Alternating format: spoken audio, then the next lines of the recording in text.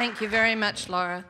On behalf of 100 million people with chronic pain, 29 million of whom are in severe, life-altering, and brain-seizing pain, it's an honor to be here, and thank you for coming and caring about these people. Linda Porter is modest. She's the catalyst, and she is one of the most diligent people in the whole United States who works towards changing the arena of chronic pain. She's also a maven. My name, as Laura said, is Jan Chambers, and I was so privileged to be one of the 80 people in the United States who helped to create the National Pain Strategy. It was a good learning process, and the consumer voice was well represented. I also was one of the about 60 people who helped to create the Federal Pain Research Strategy. It's almost complete, and that has been a tremendously powerful and empowering experience to be able to bring forward the voice of the patients. I communicate with about 170,000 people on Facebook. Just before the meeting started, I was checking Facebook to see what people were telling me right now, because they know I'm here speaking on their behalf, and what did they want me to say.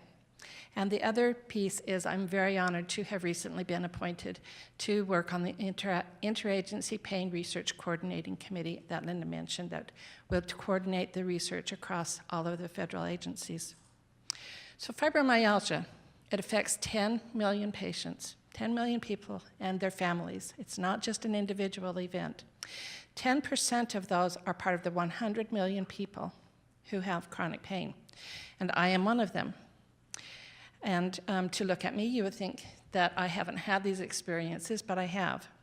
Well, opioids are contraindicated for fibromyalgia. And when you understand that pain, severe chronic pain, is a hallmark of fibromyalgia, it leaves us in a world of hurt.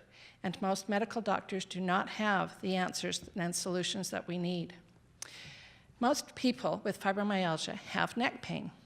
We know in 2 fibromyalgia clinical practices who have very ardent researchers that 70%, about 70% of those people had what's called cervical compression.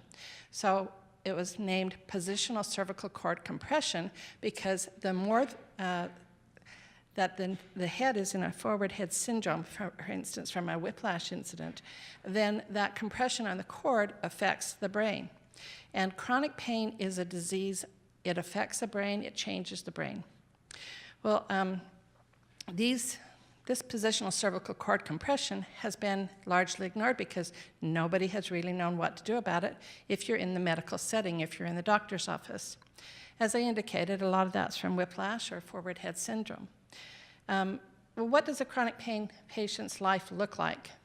10 years ago, I had a hysterectomy, and during that hysterectomy, it was at the advent of the robotics, and so they had my head in, during the intubation. It was put into a very extended position for too long of a period of time, caused pressure on that cord, and then they twisted my back severely. And when I woke up, I never knew that somebody could experience so many different kinds of pain. My world was completely changed. And you know, the problem is that I was released from the hospital in all of this pain, and they were giving me all kinds of medications to try. My family cannot tolerate opioids. We become very, very ill, and so nothing that they were giving me worked. And I laid in bed almost was bedridden for 16 months, either on the couch or in the bed. My family would take me to appointments to find out what happened to her. How can we get our mom back? How can we get our wife back? She's suicidal. What are we going to do?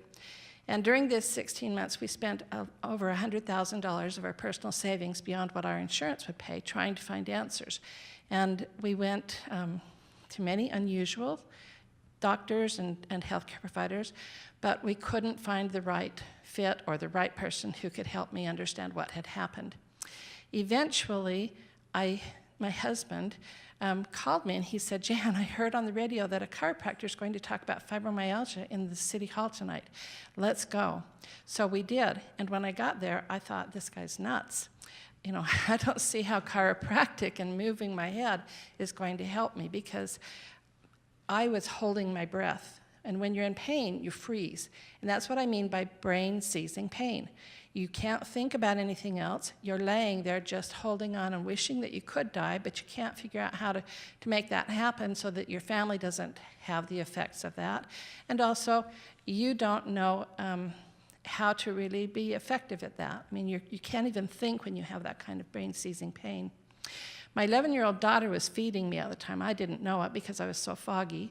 And later, when I was well enough, I asked her, you know, who helped me all during that year and a half, or those 16 months?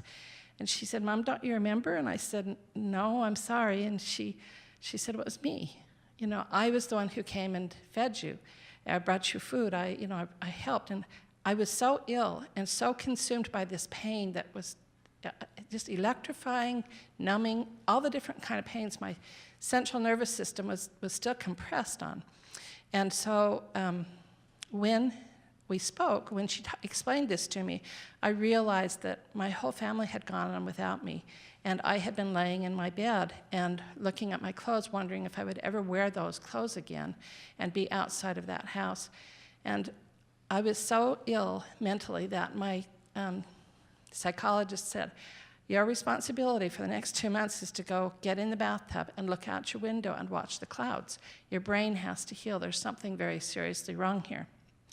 Well, when I started working with this chiropractor and he took the x-rays that I needed to see, he explained to me what was going on. And then he created a very rigorous and good program for me to regain the curve in my neck as well as my lower back and to reduce that cervical stenosis.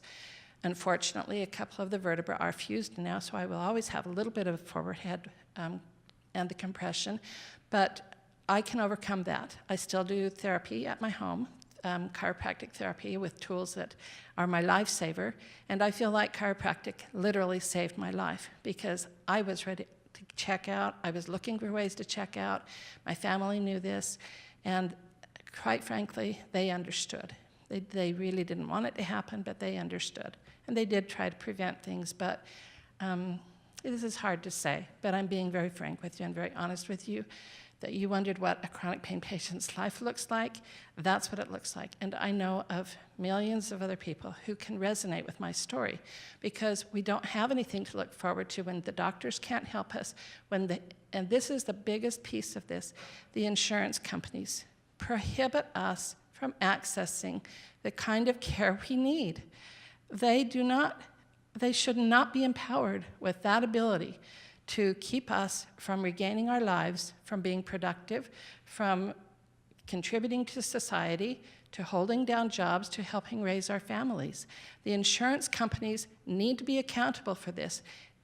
Chronic pain care or pain management needs to be an essential health benefit inside of the block grants that the Affordable Care Act, repeal, recovery, I don't know, whatever they're going to call it, but pain care, we worked very hard to try to get that to be one of the essential health benefits, and it wasn't accepted. But this time around, we've got to get it in there. It's really crucial.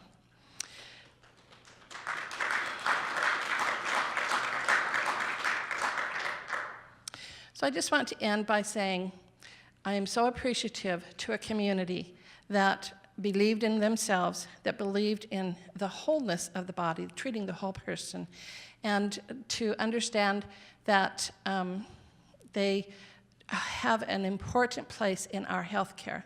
The posture, I cannot explain to people how important proper posture is in all of their areas of life. And so you can't attain that proper posture if your back's all crooked and you're compensating and you're all twisted up and you have brain-seizing pain. So thank you very much to the Foundation for Chiropractic Progress. This is an honor to be here and to be able to encourage them to keep going forward because we need it. Thank you.